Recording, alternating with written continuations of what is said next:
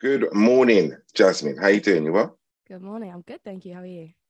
I'm blessed always, in always. All the better for talking to you. Got a new single out, new music. It's that time, Yes, PR time, promo. We're on the road. We're finally. doing, we're hustling. Oh, finally. Okay. Oh, grit, determination.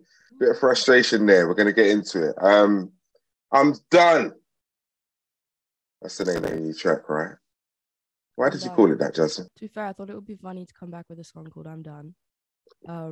But I mean, it just kind of the song is about feeling like you're done with something. So it was literally just had to be the title. How do you approach combining these genres to create your unique sound? Because it is quite unique, right? Yeah, thank you. I think I don't think about it. I do think like when I make music, it's quite organic, and that is just it's a mixture of the kind of music I listen to. The artists I listen to is like range from super super R&B like Jasmine Sullivan kind of stuff, and then on the other alt side like Banks, Seb Delisa, FK Twig. So like yes, I listen to that, and that kind of ends up coming out of me, I guess, when I make music. Talk about the partnership that you've got with Sony and B83. How does that partnership influence your artistic direction? Does it influence it at all, or do they just accept you for the creative enigma that you are? They kind of do just accept me for the, I like how you said it, creative enigma I am. Um, Luckily, that's pretty much always been the case. Like with putting out music, my label's not always had too much control over the stuff I do. Like I've, been honest and I make what I make, whatever that is, and that's what I'm gonna want to put out. But I think just it's been more so being with B83 has just been like hugely inspiring. Just having a team of people around me that are actually working with me and kind of like what I do. Am I allowed to swear? Do your I'm allowed thing, to girl. swear. I'll bleep you out if I have to. If you get too. But you be your organic self. Like You're good. yeah, not that would be too bad. Just having like a team of people. Thank you. Just having like a team of people that like do and believe in it and work on it every day with me. It's just inspiring on the kind of work ethic front for sure. You mentioned this song, right, was made or inspired by a moment of vulnerability in lockdown. How do you channel personal experiences in your music, right? And what advice do you have for any young artists looking to do the same? Um, I think I I don't always notice when I'm writing something in my music. I just write what I'm feeling and start with words and concepts, and then it will be a couple weeks after, and I'm like, oh damn, that was about that thing I was going through like 2 weeks ago. Um, but I think it's good as an artist. For me personally, I do tend to write down how I'm feeling, thoughts I have on life. Occasionally, I have little kind of check-in days where I, just write down in my notebook, like literally just kind of like word vomit thoughts about life. And I do think just like staying in check with what's going on in my life helps me just keep that in my mind. I think when I'm writing, it just keeps it kind of somewhere in the forefront of my mind. So when I'm in a session, I can kind of draw from that stuff as and when I want to. Talk about the beginning of your musical journey, right? You started with a lot of covers and shifted towards writing your own music. So when did that shift come about? Was it a confidence thing? Or was it just, a route to market? Speak about that transition. It was kind of like it wasn't forced on me, but I was yeah performing a lot of covers, posting covers, and I think a lot of people listening to me was like, "Do you have your own stuff?" And they would comment to me after shows and be like, "Yeah, like, can I hear your own?" I kind of slowly started writing, and then when I moved to London in 2018, I moved there for uni. Um, I just started working with producers, learning to produce a lot better myself, and yeah, I got into writing. I think it was something I was really apprehensive to start. I don't know why. I felt like I hadn't experienced anything to write about. Um, but yeah, I just kind of fell into writing. Obviously, these Are you days people are comfortable in that space producing. now? Yeah, for sure, for sure. I think I feel more comfortable producing and with sounds and stuff than I do with songwriting. Still, Right. I love like lyrics and things, but melodies, I've still got a lot to learn on that front, I think.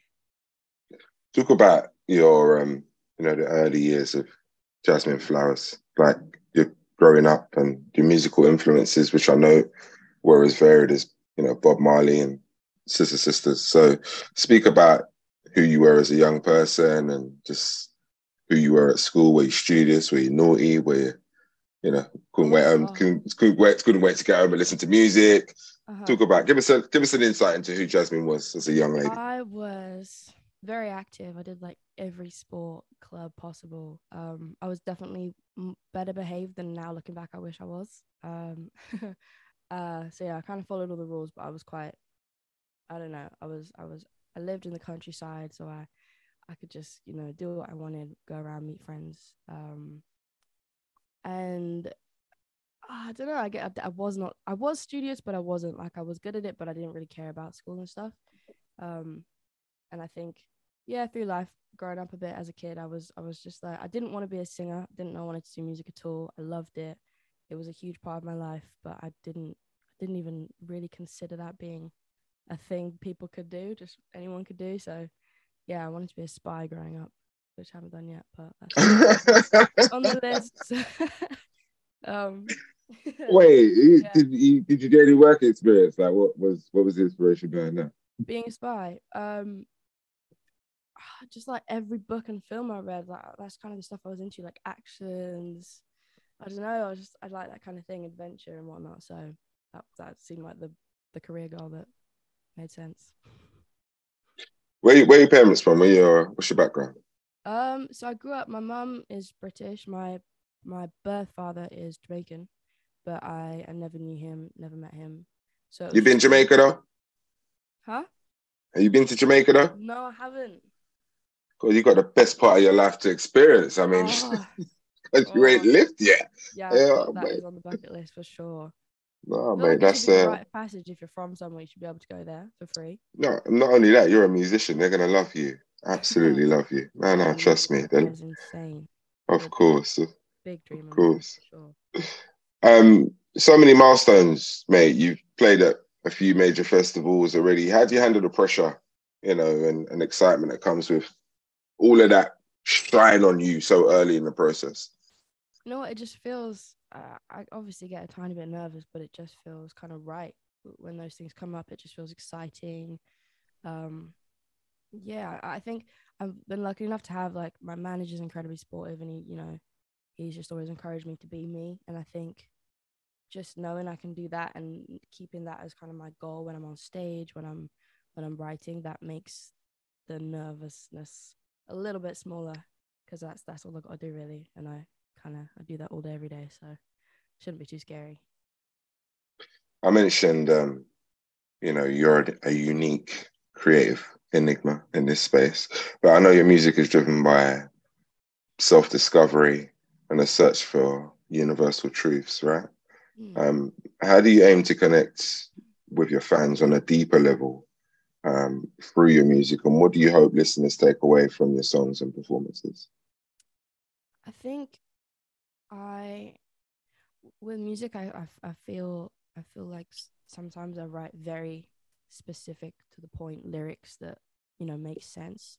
But a lot of what I write is really to be interpreted by my listeners, and I hope people can kind of feel confident enough to interpret what I write how they want to interpret it. And, you know, the base concept of my songs are fairly clear most of the time.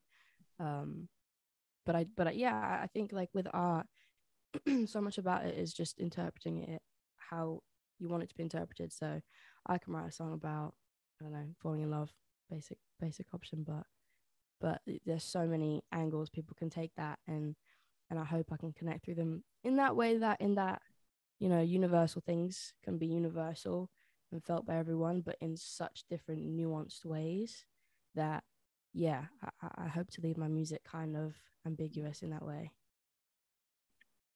Top of the interview, I tapped into the frustration. It's not something that's quite unusual with artists. I experience it quite often at this end of the process. You've been waiting for a while, right? It's been bubbling away. You probably all, in terms of creative juices, you probably dried up on this one. But, like, talk about, I know what it's like. You're in the studio, you've heard it 10 million times. You just want everyone else to hear it. I get it. Yeah. So speak about that bit? Because I think I'm only lucky to have been through studio processes to know it, right? Yeah. Fans just haven't got a clue. They don't know. So talk about how long this has taken to bring to market and just how over the moon that you're finally here. Oh, it takes a long time. There's a lot. There's a lot that goes in that people have no clue about, you know. I think we wrote this song about a year ago. So not too long. I've released songs that were written years and years ago. That's not too bad then. This is That's a not fairly too bad. quick turnaround in the music industry. Yeah, you know, it's a long process. It's more than anything, I think you just write songs, then sit on them, and no one reacts to them until suddenly one day everyone's like, "Yo, that's sick. Let's put that one out." So yeah, this wasn't even meant to be the first release, and it just things changed and it ended up being everyone's favorite, which I was absolutely stoked about. But yeah, things are long. I've finally changed. I'm signed now with B83. That was a long process, like finding the right label. But yeah, I'm excited. Music's coming out finally. It's a good time. All right. Well, I'm excited for you, man. It's gonna be a bright future for you. I can tell. What? Thank you. If there were boxes that you wanted to tick, let's just say to the end of the year. What boxes would they be?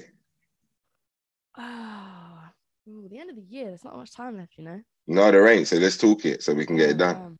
I want to get another song out this year for sure. This one I want to go out.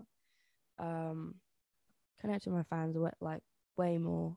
What else do I want to do? End of this year. God, now it's Christmas as well. No one does anything over Christmas. End of this year. I just want to like build and grow like me, the family around me, everyone that listens to my music. I think I've had so many gaps in my music and stuff that have been kind of out of my control that I just want to, like, from here, this is like consistency time. I hear you. Collaborations, future collaborations. Yeah, for sure. Who? Oh, they're already happening. All right. So I'm assuming you can't talk about those ones. But what about ones that haven't quite been negotiated and just are in your mind's eye and I guess dreams. Yeah. This is the interview where we call them out. Rogue One, I've like got so into K-pop, but kind of like the electronic side of K-pop. There's a group called Stray Kids. I would love to produce for them, make a music video. They all dance and stuff, and I like dancing, so it'd be sick to do a video. Something in that kind of space. I've been getting super into my production, so there's a lot of artists I'd love to produce for. That obviously Kehlani is the life dream. Once that happens, I can die happy. Yeah, it's a bunch of people. On production, talk about working with Sacha Skarbek. Yeah, how's that been?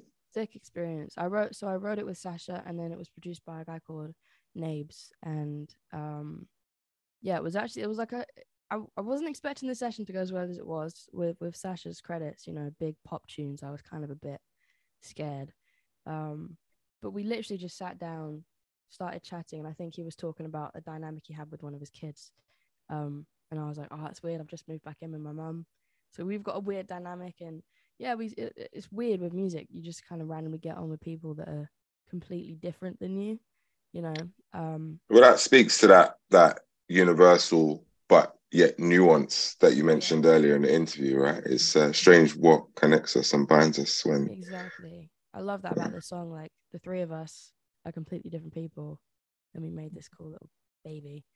But yeah, really sick experience. I mean, Sacha, the way Sacha writes is really cool. I feel like I learned a lot from him, but we also clicked, so that was sick. It was just a nice day. It was it's cool. Like, first day when any of us have worked together, and we make a song that we're putting out. So very fun. All right. Well, I'm Done is out August 17th, I believe. Yes. Is that the official date? Obviously, you can pre-order it now for those who are interested. Where can people follow you, find out more? Everything. It is at Jazmine Flowers _ Jazmine is with a Z and an E on the end. Appreciate your time, Jazmine. You mentioned earlier, right, that you were from the country. What part of the country? You didn't say where. I grew up just outside Oxfordshire, Woodstock, a little town called Woodstock. Big up the Woodstock people. Don't leave them hanging like that, but you was in the country. What do you think this is? No, Listen, it's been big up Woodstock. Come on, come on. It's been amazing talking to you, Jazmine. I really appreciate it. I'm looking forward to talking to you again and again throughout your career. Keep pushing, keep doing what you're doing. All right. Thank you for Appreciate the you. support. I appreciate it a lot.